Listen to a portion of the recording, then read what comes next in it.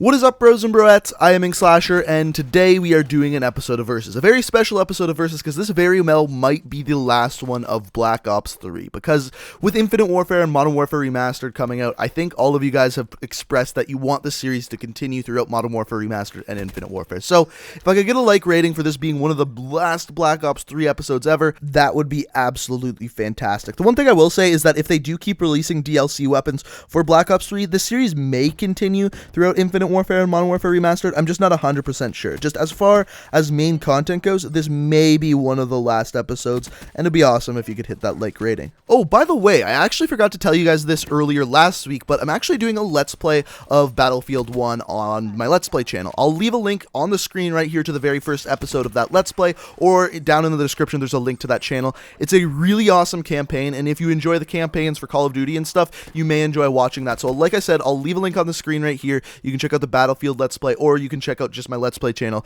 down in the description.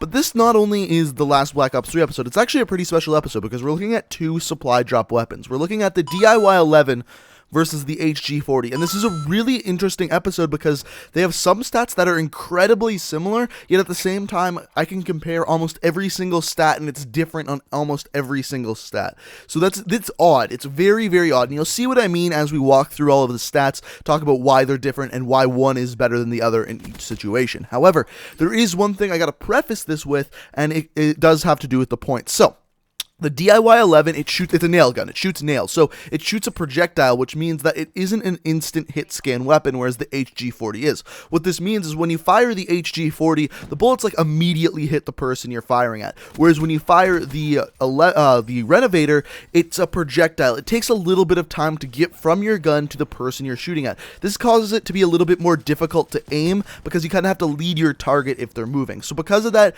the HG40 is actually going to start out with 1 point because it's so much easier to handle a hit scan weapon, whereas a projectile weapon is kind of hard to hit because you got to lead your bullets. Whereas I will say the Renovator, it does have a saving grace where its bullet travel time or nail travel time isn't an extremely long amount of time, but it does make it more difficult to aim. And when I first started using it, I was very confused because I'm like, why aren't my these bullets or nails should be hitting and they're just not. So for that, like I said, HG40 gets plus 1 point and starts off with a lead. Now let's move into damage. So this one's very straightforward. So for the HG40, you were looking at a 3 to a 4 bullet kill. The 3 bullet range isn't very far whatsoever. You're looking at around 12.5 meters for that 3 bullet kill range, whereas the DIY-11 is 3 bullet kill at every single range. Every single range on the map, you were looking at a 3 bullet kill, which is insane. Like, that's better than almost every single assault rifle, which is just mind-blowing.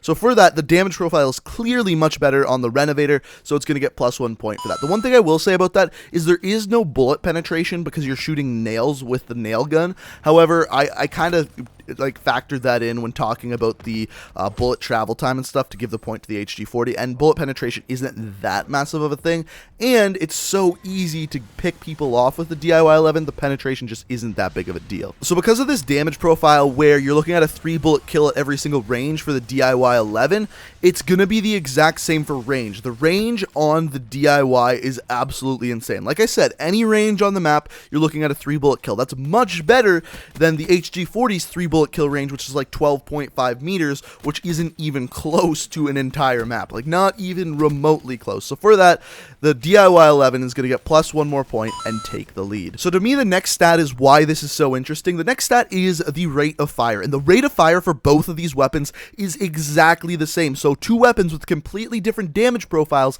have the exact same fire rate at 517 RPM. If you use rapid fire on either of the weapons, it bumps it up to 550, but the normal fire rate is 517 RPM. So a very, very slow fire rate, and obviously this is pretty big because one of them has a much better damage profile, which we're going to talk about in a little bit. But one of the worst stats for the DIY or Renovator is the magazine size. So the magazine size for the Renovator is 25 nails, I guess you would call it. In a magazine, I don't even know if that counts as a magazine.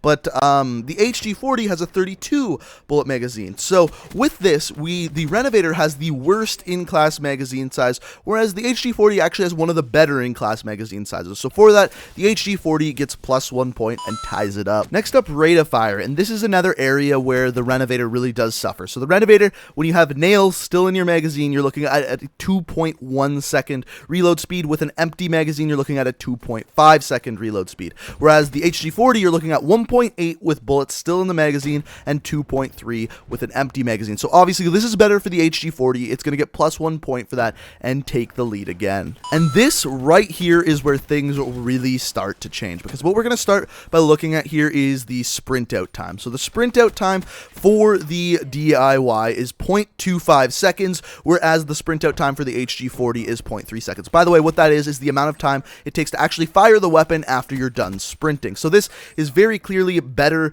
by 0.05 seconds for the Renovator, and it's going to get plus 1 point for that. This continues when we look at the aim down sights time. The aim down sights time for the HG40 is 0.25 seconds, whereas the Renovator is just 0.2 seconds. So again, 0.05 seconds better for that.